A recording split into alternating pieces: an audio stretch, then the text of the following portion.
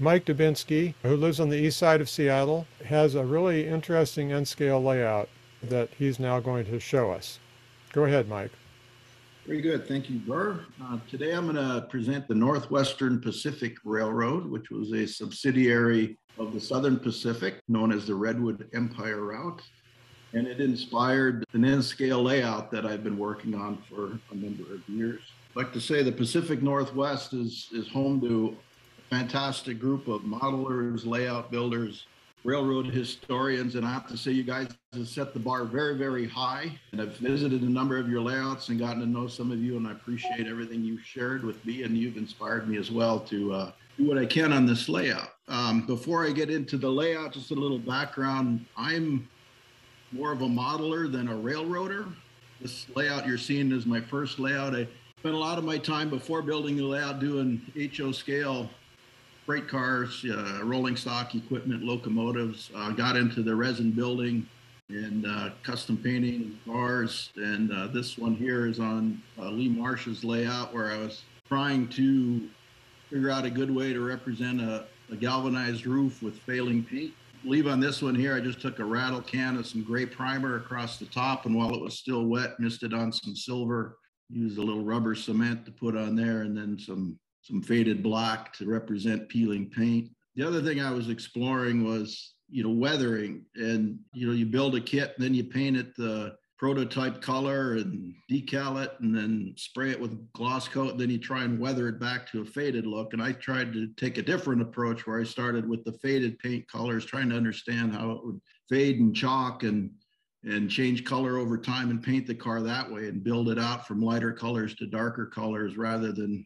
layering the weathering on top. And in this car here, there's probably 3 different colors of paint that I used. In an indirect way informed what I started doing in N scale, which was more of an impressionistic scale, I'll call it, where HO, there's enough size there, you can get into rivets and details and freestanding grab irons and things like that, where in N scale, none of that really pays off. Learning that wood weather's different than steel, blacks weather different than reds. This was a red caboose kit where I carved off the rivets to make it look more like a GN prototype. And I accidentally, with my chisel, nicked the car, and I was all upset. Then I said, well, it's a gondola. I mean, how could you harm a gondola? And just turned it into a scar and weathered it. This is an S-scale reefer I built for Steve DiPolo when he was into that thing. And I got to this phase in building these where I would prime the car, I would weather the gray primer with ink washes and then paint over that, because these polyscale paints, water-based paints are notoriously thin, and it's very, very subtle. It lets these little subtle colors bleed through, because when you look at how wood fades, things weather inside out, if you will. The wood starts to weather. You can hear it, see a little bit in the end grain. And then here in the roof here, you can see where just little, very subtle little differences. And that's that ink wash over the gray primer shining through. So this is what I was doing before I started modeling in N scale. This is Lee Marsh's layout, the 3D model of a catenary pole that I drew up for him, and we had a bunch of them printed, and you've seen them on his layout. Okay, onward to the Northwestern Pacific. As I mentioned before, a subsidiary of the Southern Pacific. It early on was owned by the Santa Fe and the Southern Pacific, and then Southern Pacific took it over. It ran from San Francisco Bay in the south up through all of these tidal estuaries. This was all agricultural areas in Napa Valley here, cows and chickens through this area, grapes, fruit trees as you get up into here, Healdsburg. This is the Russian River. In here, it starts running along the Russian River, and then it starts climbing the mountain range as it comes out of here, up through Hopland, along the Russian River, Ukiah. Now you're into redwood, coniferous timber, Douglas fir, up to Willits, which is the division point. It had 2 divisions, South Division, North Division, ran north-south. In Southern Pacific, you have Railroad East, Railroad West. North is Railroad East, south is Railroad West. Anything going towards San Francisco is Railroad West. For those of you who know Paul Scholes, and I had the great privilege of seeing his layout, and I remember he drew a map of what inspired his rail, and it ran from Fort Bragg through Willits, and then he carried on this way off into the Sierras, if I remember correctly. So after Willits, it went up along the Eel River, which is a very remote and scenic area that's been successfully modeled by others. I did not model it. This Eel River was the demise of the railroad. It's geologically unstable, prone to flooding, and it was constantly being washed out. But this is all the lumber area up in here, which is really the reason this railroad existed in the first place, was to haul lumber and trees out of this area. So it continued north out of the river back into estuarial territory into Eureka, which was the end of it, with a little bit up into here into timber territory. And then this is the south end that I model. So at Tiburon, it exchanged barge traffic, Richmond that came from the Santa Fe into Tiburon, in and out. This had an imbalanced traffic flow. Most of the traffic outbound was the loads, inbound were empties. It also brought in trains, or trains left through this Black Point out through Napa Junction in the Swissoon. So I model Tiburon, Novato, a bit of this interchange here, up through Petaluma, which I'll talk about, Haystack, where there's a swing bridge that crosses over the Petaluma River, and then up into wine country, Healdsburg, the Russian River, Asti, Chianti, which is on my layout, and then I go off into Stagen after this Hopland area here. Layout schematic. So the train room is roughly 12.5 by 15.5. You enter the train room from here. And what I'm going to show you, I'm going to go around this way, and then we'll go around the layout that way as though you're moving left through the layout room. And I'll refer back to this screen. All right, so prototype. So starting in Tiburon, here's an overview of the yard. This was a photograph of a photograph that was hanging in the museum in Tiburon, which is here, hence the "You Are Here" sticker.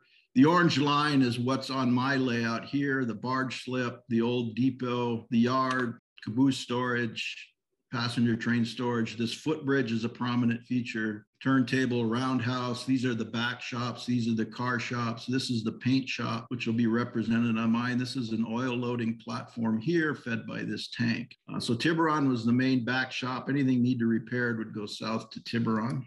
Traffic came in and out via the car barge system. This one is leaving here. Load of redwood, wood chips here, wood chips in this car here. These tugboats were old Army LT tugs that the Santa Fe bought. They were steam tugs that were changed to diesel at some point. Here you can see San Francisco in the background, Angel Islands to the left. This is taking from the footbridge that goes over the tracks. There's the footbridge. The barges were loaded and unloaded with the GE 44 tonners, idler flat cars. At this period I'm modeling, they ran these diminutive little 10-wheelers with Vanderbilt tenders, also SD7s, early runs. These have no water tanks on them because they had no steam boilers. This is a C9 class locomotive, as well as one of the little 10-wheelers. Period I model, they leased a bunch of C-class consolidations from the Southern Pacific, and they ran a few of the 10-wheelers as well. So here's the 10-wheeler with little Vandy tender on the back. I'm modeling this with a Bachmann, in the process of swapping out the square tender with a Vanderbilt tender. Here's another one of the little 10-wheelers sitting at the back shops at Tiburon.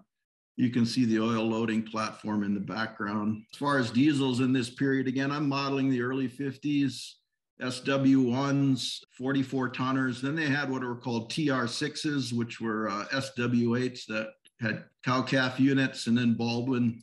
Cute little SW1s, one of my favorite locomotives. You can get an N scale, but they're real tough to run. They don't have real good connectivity in N scale. This is the Baldwin DRS 616, not modeled in N scale. So if any manufacturers are tuning into this, I encourage you to make this model in N scale. These are the TR6, so essentially SW8s with cow-calf together. Southern Pacific was an early adopter of these and used a lot of them on the Northwestern Pacific.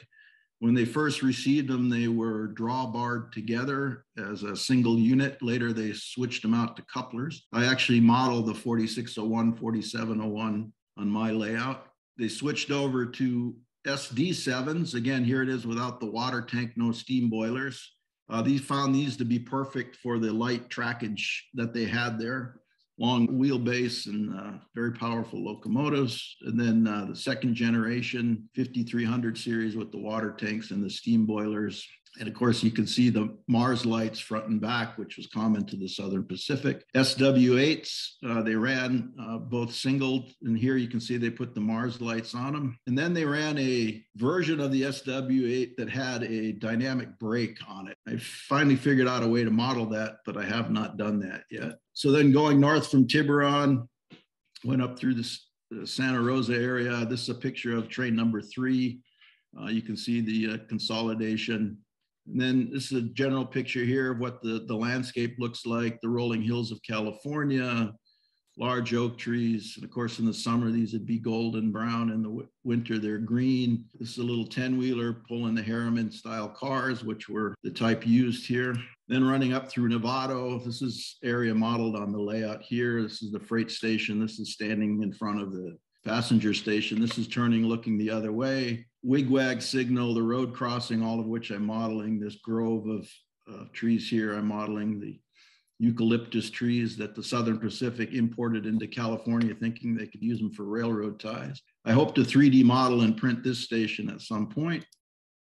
Coming from the Napa region, I mentioned the interchange there through Fairfield. This is what it looked like. Again, estuary traffic over a bridge at Wingo, which I model on the layout as well. Even though it wasn't on the direct route from Tiburon to Petaluma, I fit it in there because it's such an interesting scene. Petaluma River, again, estuary, flatland traffic. It came into Petaluma over this swing bridge here, which was still standing until about 3-4 years ago, and they finally put a modern bridge in it.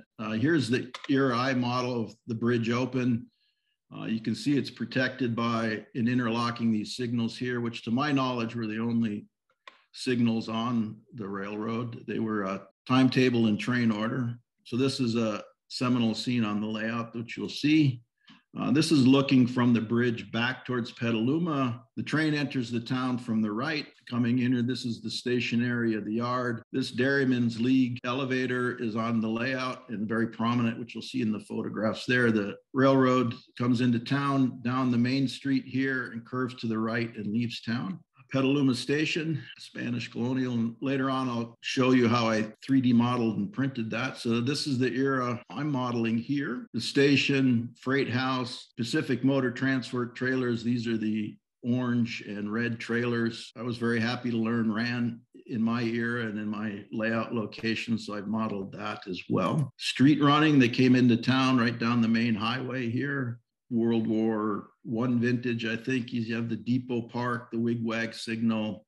Here's looking the other way. This is train number 3 coming in from the north. They had 2 passenger trains, both of which ran at night. So there's not a lot of photographs of them unless they were running late and ran in the daylight. So this one is heading south, Railroad West, and they hauled primarily fast freight on that train with Pullman at the end. So here you can see the Dairyman's elevator in the back, the freight house, and to the right is a dairy. Across from the depot is the Tivoli Hotel, which you'll see on the layout as well. Known for their chickens. I'm hoping someday I can figure out a way to model this, the Kingdom of 10,000 White Leghorns. Again, Petaluma Hotel across from the depot bar on the corner there. I had to throw this in here so that chicken ended up outside of town in the weeds advertising for Hotel Petaluma. It says, "We're laying for you at the new Hotel Petaluma." Of course, again, chickens, eggs, hatcheries, chicks was a big thing in this area. So much so that they needed a chicken pharmacy.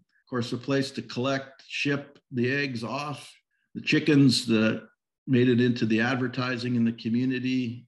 I'm trying to figure out a way to work this sign onto the layout.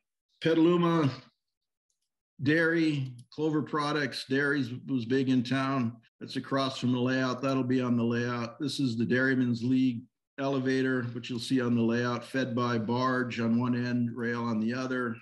Cold storage, of course, was big. This is across from the street from the depot. Again, you'll see this on the layout. This is the era I'm modeling. Was a winery and then became an ice cold storage. Petaluma and Santa Rosa interchange. In Petaluma, you'll see this on the layout. They ran 44 tonners, street running. This was their freight house, which was next to the water, which is on the layout. There's the backside of the chicken pharmacy. It ran out of there, out into the Apple region, then through wine country. And then winery, you'll see this on the layout as well. They shipped a lot of wine via tank car back then. Then it started climbing out of there into the foothills of the mountain range, up into the coniferous forests to Hopland. This is where most of the agriculture switched over to logging. Hopland, this is represented on the layout. Ukiah, of course, home of masonite, wood chips, wood products. Now we're getting into redwoods, Doug fir. You'll see this sign on the layout as well. It's logging country, wigwams, lumber yards, SD7s, heavy equipment being brought in. This is up in the Eel River. You'll see the scenery was inspired by this here. This is Scotia Bluffs, which is not on my layout, but because I didn't know about it at the time I planned it, but this has been modeled very successfully by others. Then it terminated up in Eureka with another engine facility and a balloon track. This is a reminder that even derailments are prototypical and not uncommon. All right, to the layout again, here's the track plan. You enter the train room here, and we've got Tiburon and work away. And again, as we go through these slides, imagine yourself looking at the layout and stepping left around the layout, looking at it this way. All right, starting at Tiburon, car barge coming in town. This is where the apron for the car barge will go here. The depot, old depot, is back in here. The footbridge you saw in those photos goes here. And this is parts of the head frame that I 3D modeled and printed. What you'll see here, this in the red is a printout of my SketchUp model. This is all ready to print. I'm going to print the entire thing. This is a mock-up of the barge here. There's the turntable roundhouse area, the yard, just some general shots going through the yard. This is what a pretty typical train looks like leaving the yard. 10-wheeler followed by a USRA boxcar. They had about 100 of those there. Some empty flats, everything going railroad east or north was empty, maybe except for some fuel tankers, some fuel oil going north. Just a little bit of the car fleet. Gondolas, gondolas, gondolas, had lots of those. So this is where my HO scale modeling started to influence what I was doing here, using different paint colors to represent weathering and trying to get more of the impressionistic look here. These are a couple of prototype. This was all I needed to do was put a metal roof walk on there and had a prototypical car. This was a wood chip car made from a beat car by extending the sides. I believe this was the Dimi Trains version of it. These were made in 1956, a little out of my range, but want to model it anyway. I use NCE, so pretty typical layout construction. It's all 1x2s, plywood, wired. I use turnout throws or double pull, double throw, hand thrown little there rather than mechanically actuated. Alrighty, so then leaving Tiburon, this is where I modeled the Wingo area, the bridge at Wingo, Bascule Bridge over the river. This was a mock-up of trying to figure out how to create the estuary. There's the prototype photo. Here's where I'm going with it in N scale there. Everything that is silver was a kit, and everything else was scratch built based on the prototype that exists today, where I've dug the channel and getting ready to finish up the scenery in this area. This is where it is today. And this is still removable, so I could take it in and out. There's a train running through the scene. And then that takes you into the Novato area. Again, you're getting into dairy country here. So the beginning of dairy, of course, starts with the cow. These cattle guards here are 3D printed as well. If I were to try and scratch build those, there's about 30 pieces of styrene in that, which in N scale would take you a long time. I think it took me 20 or 30 minutes to draw that and sketch up and print out a half a dozen of them. And I think I had them printed for about $8 or $9. So here's looking at Novato. This is where I was learning how to turn styrene into something that looked like a road. Looking back the other way here. In this photo here, I was experimenting with a photo backdrop. All my other backdrops are painted. I want to switch over in this area here to photo backdrops here. So this was a photo in the back I took with my cell phone and just printed it out at my print at home and stuck it back there and took a picture of it and thought it looked pretty good. So this is, again, stepping to the left as we go through, working on my roadways. There's the eucalyptus forest. This curled up thing here, this is where the passenger depot is, and the freight depot is here. Road leaves town around a hill, which serves as a view block to bring us into the Petaluma area. This is where the swing bridge will go here. All of this is the river, will be water. This is a stand-in bridge. It's a brass model that I have in there is fixed, but that's actually where the swing bridge is going to go. Working our way through Petaluma as we come in, again, stepping to the left. That's the car barn for the Petaluma and Santa Rosa Railroad. Here's the 3D printed version of the Petaluma station and some mock-ups of, here's the Tivoli Hotel that I mentioned. This is turning and looking the other way. That's the Dairymen's League elevator. That's just a Walters kit used as a stand-in mock-up. There you can see the National Ice Company cold storage. And we've worked our way this way, and now we're around here. Here's the interchange with the Petaluma and Santa Rosa Railroad. Looking back the other way, working our way. So there's a full-size mock-up of the Dairymen's League elevator. And this is where I am right now. Photo was taken about 2 weeks ago. I'm getting ready to paint that and pour the water in there. There's the mock-up of what it looked like before I put the plaster in there. I take a lot of photographs while I'm working on the layout. And when I got an iPad, I learned I could take a photo and use their Apple Pencil and draw over it to Imagineer things on the layout. This is when I was remodeling this portion of the layout. That sketch I did help me figure out how to do this transition here. And then looking back the other way, this bridge here, this trestle has been 3D printed. There's what the SketchUp model looks like. And I did print the handrails as well. They're just not installed on the model yet. Leaving town, this is a mock-up of where the orchard is going to go, the apple orchard. And then this is what it looks like transitioning, again, working to the left. And we'll go into this. This is the scenic area here. The layout used to end right here. And this section here was behind there. I cut it out and pulled it out and reused it. This is some of the completed scenery in town here, lumberyard, the dairy here, inspired by the photographs I was showing you earlier. Get through these here, you can look back. I finally resolved how to do this building back here. This photo here, you compare, this is what the scene looked like before I changed it. Here's this lumber building here and this storage building here. If you go back, you can see they're still there. So this is what I had before. Then I remodeled it into this because I expanded the layout. What I wanted to show here, this is where the layout used to end right here and go across like this. And I'm going to show you how I ended up remodeling the layout. So I started with this photograph here, which I imported into SketchUp. You can see how the layout ends right here, very truncated. I don't have the water side of the elevator. I had to access it. I could get two cars in here. And I was finding that as I operated, again, I'm a modeler, not an operator, but I started to operate after I had the layout running. Lots of operations, very important part of the layout. Started tracing over it in SketchUp, took the picture away. That's what it looked like. Again, that's a 3D model. I rotated up, and here I have an as-built plan of my layout that I had already built. And from there, I could start modeling it and expanding it and try and figure out how I could fit in a more prototypical track structure and structures. So coincident with this, I was learning and finding more photographs online at various libraries, started to digitize theirs. So these buildings here are all tracings in SketchUp that I drew to scale and was able to place it into the model and replan this. So it became a space planning tool as well as a modeling tool.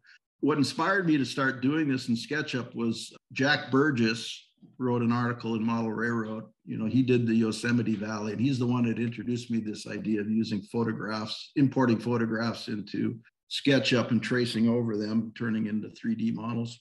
There's the 3D print of the station, and this is what happens if you leave your 3D model soaking too long in Simple Green. It turns blue, but you soak it in that to clean it. This is my PMT fleet here. Quickly flip through these, and they're metal kits that I built and customized. These are actual PMT equipment built from photographs. All right, then moving through the layout, again, it goes through the backdrop, Petaluma, out into the wine country. Again, we're moving left through the layout. There's where it punches through. They hauled a lot of gravel on the railroad, so I ended up adding this. This was not in the original track plan, this gravel loading facility. I added that later on. These water towers were pretty ubiquitous in this part of the country, as well as these eucalyptus trees. Again, stepping to the left, here's the winery at Nervo. This is a paper mock-up of what I'm going to be building there. Just again, stepping left to get some sense of the scenery. Early 50s, this is Jack Kerouac on the road and one of his beatnik buddies here. I read a biography of him. Apparently, he worked on the railroad for a while. You saw this photo before, SW1. Of course, the gondola full of logs, which is very common. This is tunnel number 7 along the Russian River. So here we've begun to climb up along the Russian River out of the agricultural part of the state. This is a photo taken by Lee Marsh and done with Helicon focus. I thought it was a very interesting perspective there. And again, you can see the backdrops in this side of the layout are hand painted, not photographs. Again, tunnel number 7. This is again photographed by Lee, looking the other way, climbing up. That's what the tunnel looks like from the highway. So this is prototypical tunnel. That hill matches as closely as I could get it to the photographs that I had. Here we're back to the track plans. Come around here. And we're coming up in here. The Russian River is running here and goes under the tracks. You'll see there's a bridge here and a redwood forest here coming up.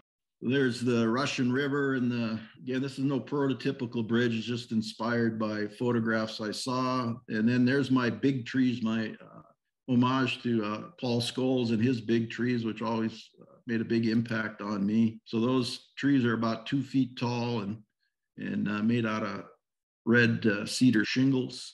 As I mentioned, they hauled a lot of gravel on the railroad. Again, the C9 class locomotive leased from the Southern Pacific. It's another shot, and then moving left again into the Hopland area. Again, there's a hop drying house. That's actually a photograph of a hop drying facility in Yakima. Into this country, you get out of the cattle and more into sheep country up in here. At one point, when I early planned this, I imagined modeling the town of Hopland, but I've really been trying hard to leave as much open space as possible. I'm finding that the less you put on the layout, the better it looks, if you will. This is another photo by Lee Marsh looking the other way. Santa Fe stock car there, loading or unloading sheep. Another photograph by Lee looking out over one of the vineyards here. So this is train number 4 heading south, Railroad West. Couple of dogs in the vineyard.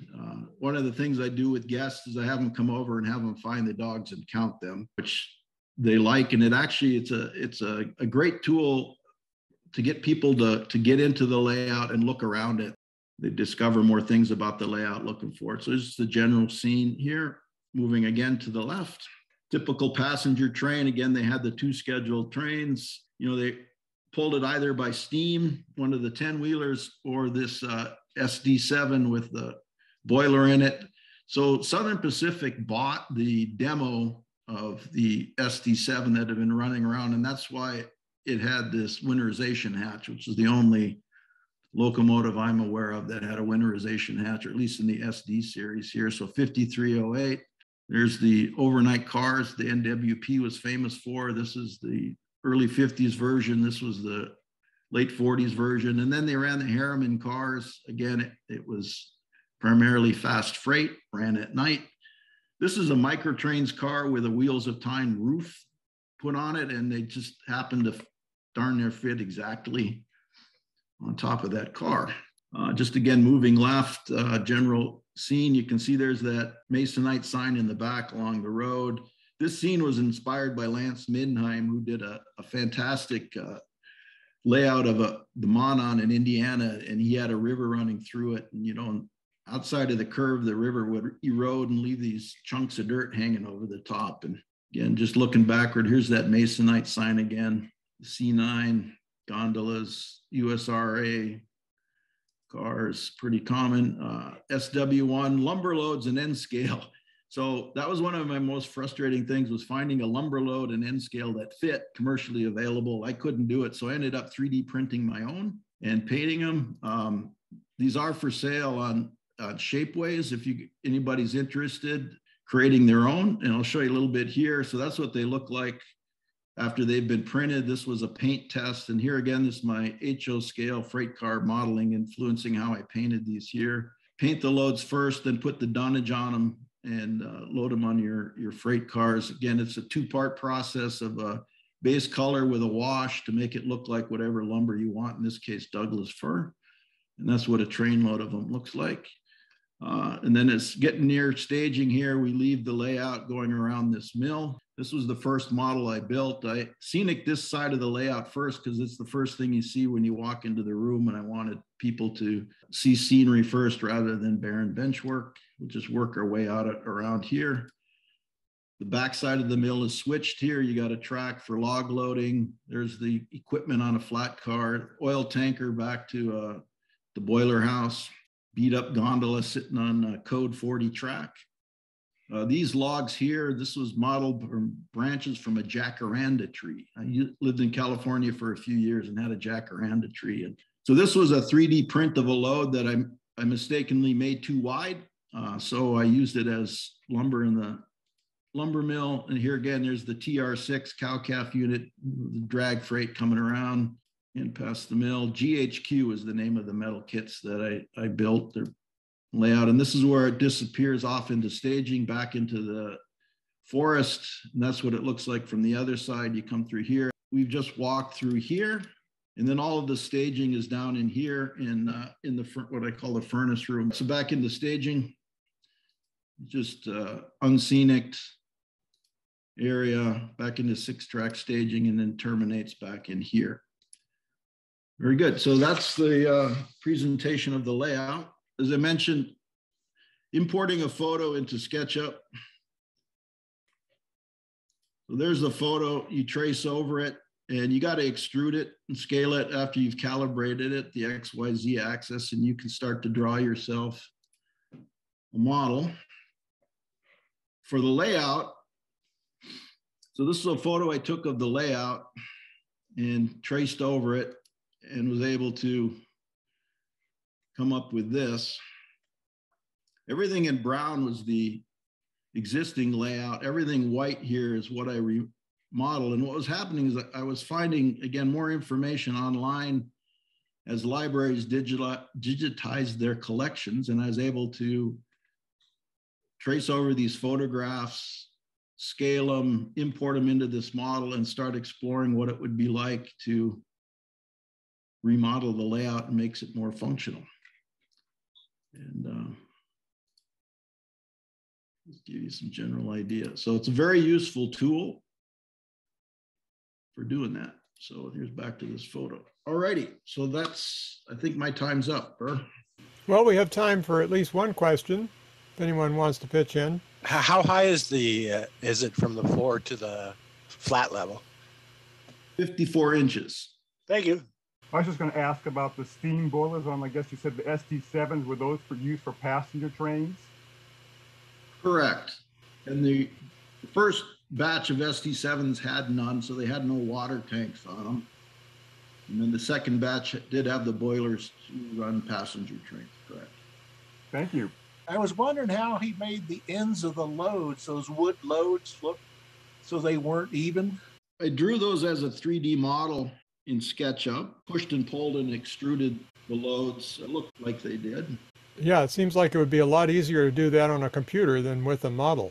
Well, it certainly was, right? So yeah. Here you can see had a random load and then just kept recopying it to create the load. So it prints out with the dunnage and everything already in it, just not the vertical stakes. And I did that intentionally because painting it with the vertical stakes was a challenge. Because it would get all blotchy next to the stake. So I wanted to be able to have a nice clean swipe of the brush to get it horizontal looking like lumber, and then put the stakes on afterwards. Mike, I have a quick question. Sure. Mike, who does the 3D printing? Do you do it at home or do you send it to Shapeways? I send it to Shapeways, and which is just right here, shapeways.com. Yeah, I use them for other purposes, and I've seen your loads on their site. So I import everything into that, and then they print them for me, and then I can put them in the marketplace, and people can pick them up there. You're basically paying for the printing fee when you buy those loads. I really don't make any money off of them. Very nice job. What paint do you use for that?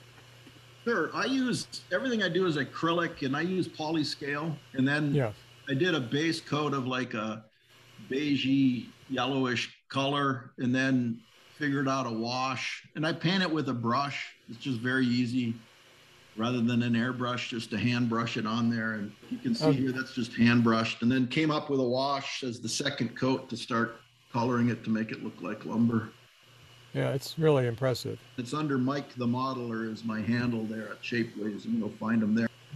I had one final question, which is how many hours per week have you spent on this on average over the last 10 years? Oh, gosh, you know, I go in fits and starts because I have an adult life as well. You know, I do most of my modeling honestly in the summer when it's hot outside. I'll go for like a 3 or 4 month stretch and put in 100 hours. Early on, I was pretty disciplined about trying to get down there and put at least 15 minutes a day into the layout. I think that's a big thing with layouts is you really have to push it just like any other project in life. And you can get a lot done in 15 minutes. And, yeah, it's true. That works out to about 2 hours a week. Yeah.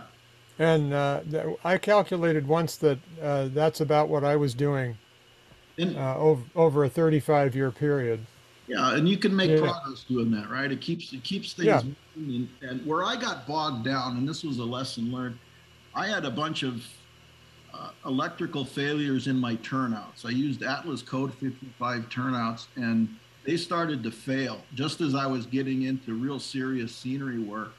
And I contemplated tearing the whole damn layout. I was so frustrated. It took me 2 years to figure out how to fix this problem before I could get back to comfortable put down scenery. And that was a big challenge for me, was getting over that hurdle. All right. Well, thank you very much. That was an excellent layout. I can't believe it's Enscale. I'm beyond impressed at how realistic the eucalyptus trees are. Holy moly. You just nailed it. Thank you. Same here. If we were in person, we'd all be giving you a standing ovation. That's a beautiful layout. Thank you very much. It was a privilege. Excellent presentation.